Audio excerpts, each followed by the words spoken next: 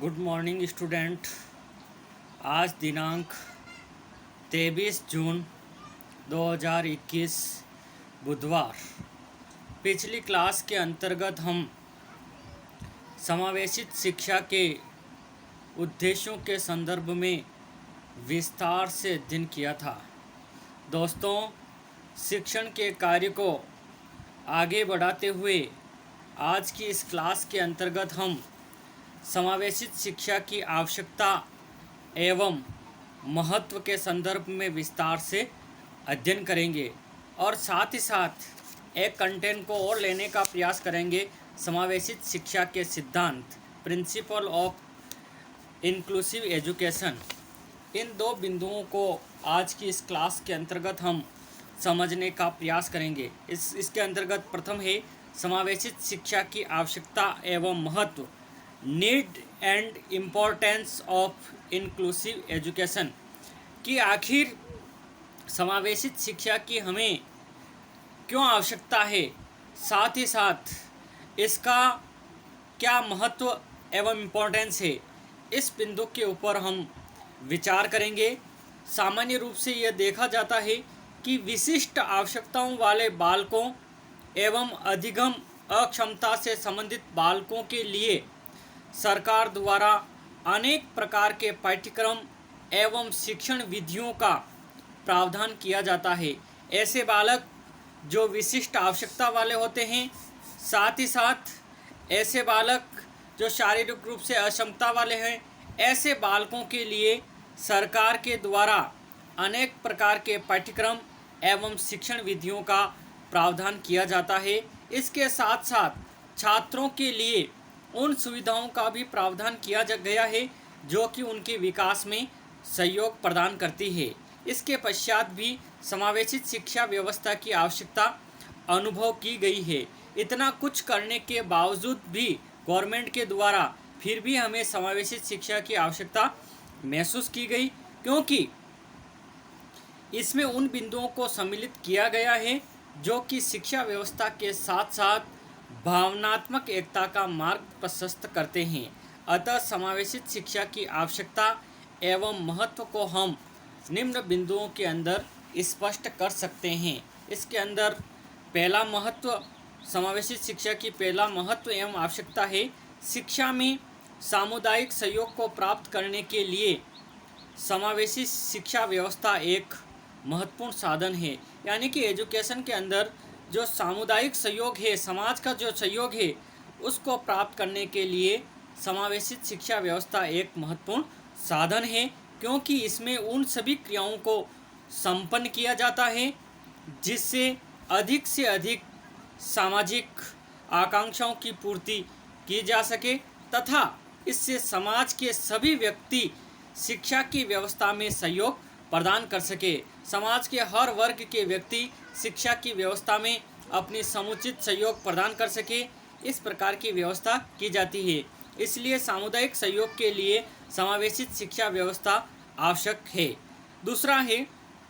दूसरी आवश्यकता है छात्रों का अधिगम स्तर, लर्निंग लेवल उच्च बनाने के लिए तथा सीखने की प्रक्रिया को सरल बनाने के लिए समावेशित शिक्षा की आवश्यकता अनुभव की गई। दूसरी समावेशित शिक्षा की आवश्यकता इसलिए अनुभव की गई कि बच्चों का जो अधिगम स्तर है उसको उच्च बनाया जाए, साथ ही सीखने की जो प्रक्रिया है, प्रोसेस है, उसको अधिक से अधिक सरल बनाने की आवश्यकता है। इसलिए समावेशित शिक्षा की आवश्यकता अनुभव की जाती है, क्योंकि इससे अधिगमकर्ता के अनुसार जो लर्नर है उसके अनुसार ही शिक्षण अधिगम प्रक्रिया संपन्न की जाती है। जो लर्नर है, जो सीखने वाला है, वो किस प्रकार से सीखना चाहता है, उसकी क्या क्षमता है, उसकी क्या रुचि है, उसकी क्या अभिवृत्ति है, उसके अनुरूप शिक्षा की व्यूहरचना तैयार की जाती है और ये हमें समावेशित शिक्षा से मदद मिलती है। इसलिए समावेशित शिक्षा की हमें आवश्यकता होती है। तीसरी आवश्यकता है शिक्षकों को बहुआयामी शिक्षण कला में निपुण बनाने के लिए भी समावेशित शिक्षा की आवश्यकता होती है, क्योंकि इसमें शिक्षक द्वारा विभिन्न प्रकार की अक्षमताओं से युक्त बालकों को शिक्षा प्रदान करनी पड़ती है। इसलिए प्रत्यक्ष या अप्रत्यक्ष रूप से शिक्षक की शिक्षण कला में बहुआयामी सुधार संभव होता है। एक शिक्षक की बहुआयामी प्रतिभा की विकास करना भी समावेशी शिक्षा की महत्वपूर्ण आवश्यकता है, क्योंकि विभिन्न आवश्यकताओं वाले बालक हैं और शिक्षक बहुआयामी टीचिंग आर्ट्स शिक्षण कला के द्वारा यदि शिक्षण प्रदान करेगा तो निश्चित रूप से ऐसे बालक अच्छी तरह से समझ सकेंगे, सीख सकेंगे। इसलिए भी हमें समावेशित शिक्षा की आवश्यकता होती है।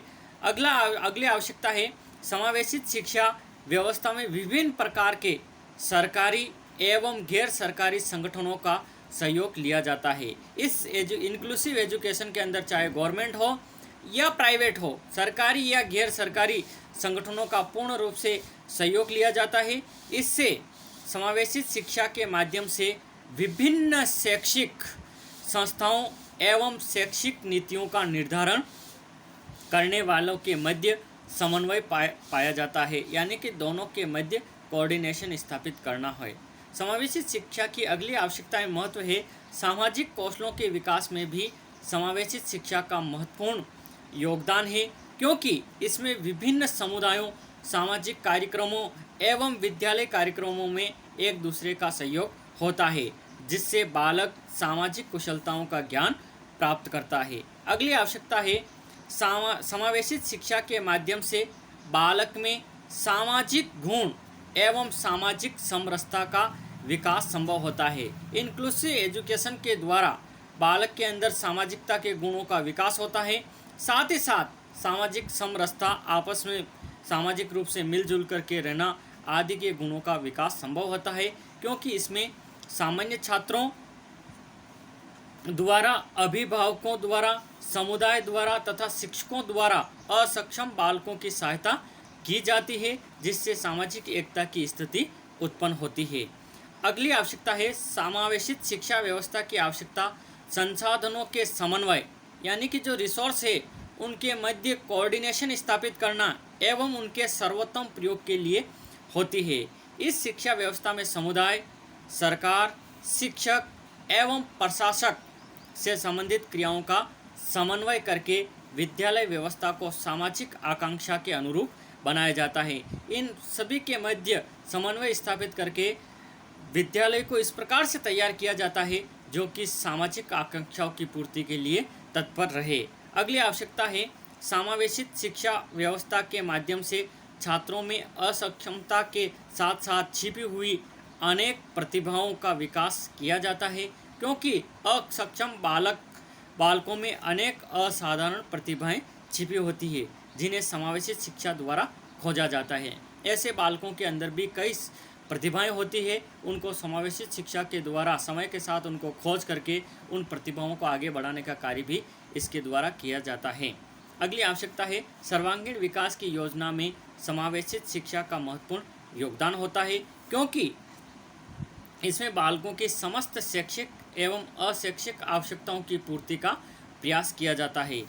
अगली आवश्यकता है राष्ट्रीय विकास में समावेशित शिक्षा की महत्वपूर्ण भूमिका मानी जाती है। देश के विकास में समावेशित शिक्षा का अपना महत्वपूर्ण स्थान है, इसमें कोई शक नहीं, क्योंकि इसमें प्रारंभ से 21 वर्ष के बालकों एवं युवाओं को शिक्षा की मुख्य धारा से संबद्ध किया जाता है तथा बालकों एवं युवाओं को उनके सर्वांगीण विकास के मार्ग में बाधा बनकर उपस्थित नहीं होने देता है और उनको शिक्षा के क्षेत्र में आगे बढ़ाता है। इसलिए समावेशित शिक्षा की आवश्यकता एवं महत्व होता है। तो दोस्तों, समावेशित शिक्षा की आवश्यकता एवं महत्व के बिंदुओं के ऊपर विचार करने के बाद हम अगला बिंदु लेंगे समावेशित शिक्षा के सिद्धांत, प्रिंसिपल ऑफ इंक्लूसिव एजुकेशन।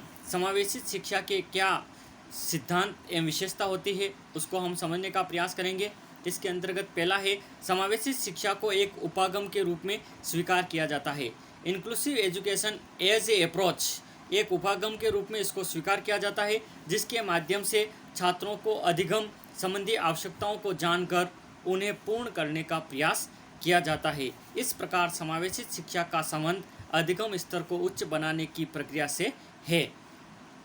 अगला सिद्धांत है समावेशित शिक्षा के अंतर्गत सामान्य छात्रों की अपेक्षा अक्षमता से युक्त छात्रों की शिक्षा व्यवस्था पर अधिक बल दिया जाता है। समावेशी शिक्षा में सामान्य छात्रों की शिक्षा पर तो ध्यान दिया ही जाता है, लेकिन साथ ही साथ सामान्य छात्रों से भी ज़्यादा ध्यान अक्षमता से युक्त बालकों की शिक्षा के ऊपर दिया जाता है, जिससे कि शिक्षण अधिगम प्रक्रिया में वो आसानी से भाग ले सके। अगला है समावेशी शिक्षा व्यवस्था के अंतर्गत उन बालकों की शिक्षा को भी स्थान दिया जाता है जिन्हें समाज द्वारा बहिष्कृत तथा शिक्षा के अयोग्य समझा जाता है। यानी कि समावेशी शिक्षा के अंदर ऐसे छात्रों की शिक्षा पर भी ध्यान दिया जाता है जिनको कि समाज के द्वारा बहिष्कृत कर दिया गया है किसी सामाजिक अपराध के, क्योंकि ऐसे बालकों के अंदर कुछ बुद्धि का अभाव होता है, तो निश्चित रूप से ऐसी सामाजिक गतिविधियां वो कर सकते हैं और समाज के द्वारा पनिश किया जाना भी संभव है। तो ऐसे बालकों की शिक्षा की व्यवस्था भी समावेशी शिक्षा करती है और उन्हें शिक्षा की मुख्य धारा में लाने का प्रयास किया जाता है। समावेशी शिक्षा द्वारा शैक्षिक विकास की धारा से इनको समावेशित किया जाता है।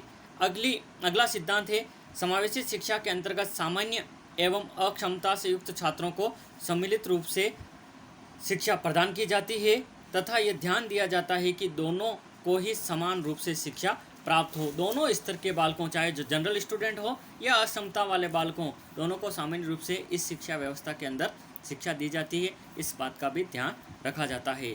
समावेशी शिक्षा का अगला सिद्धांत है इस प्रकार शिक्षा व्यवस्था के प्रारंभिक स्तर से विभिन्न प्रकार की शैक्षिक सुविधाओं का संचालन इस प्रकार किया जाता है जिससे कि इसमें सामुदायिक सहयोग की प्राप्ति हो सके और इस प्रारंभिक स्तर की शिक्षा व्यवस्था की सुविधा का ध्यान एवं उनको इस प्रकार से संचालित किया जाता है जिसमें समुदाय का सहयोग मिल सके। इन बातों का भी ध्यान इस सिद्धांत के अंदर रखा जाता है। अगला सिद्धांत है समावेशित शिक्षा व्यवस्था में समुदाय, प्रशासन, अभिभावक, शिक्षक एवं नीति निर्माणकर्ताओं का पूर्ण सहयोग प्राप्त किया जाता है। इन तमाम वर्गों का इसके अंदर पूर्ण सहयोग प्राप्त किया जाता है जिससे छात्रों की उनकी आवश्यकता के अनुरूप शिक्षा प्राप्त हो सके तथा उनकी शैक्षिक आवश्यकताओं की पूर्ति की जा सके। अगला सिद्धांत है इसमें अधिगमकर्ता की मनोदशा को ध्यान में रखते हुए नीतियों का निर्धारण किया जाता है। ये बात मैंने आपको पहले भी बता दिया कि समावेशित शिक्षा के अंदर विभिन्नताओं वाले बालक होते हैं तो उनकी रुचि और क्षमता का ध्यान रखना बहुत ही ज़रूरी है। यदि उनकी रुचि और क्षमता का ध्यान रखे बगैर शिक्षा की व्यवस्था की जाएगी तो वो ऐसी शिक्षा व्यवस्था में इंटरेस्ट प्रकट नहीं करेंगे। इसलिए इस सिद्धांत ये सिखाता है कि उन बालकों की रुचियों एवं क्षमताओं का ध्यान रखना आवश्यक होता है।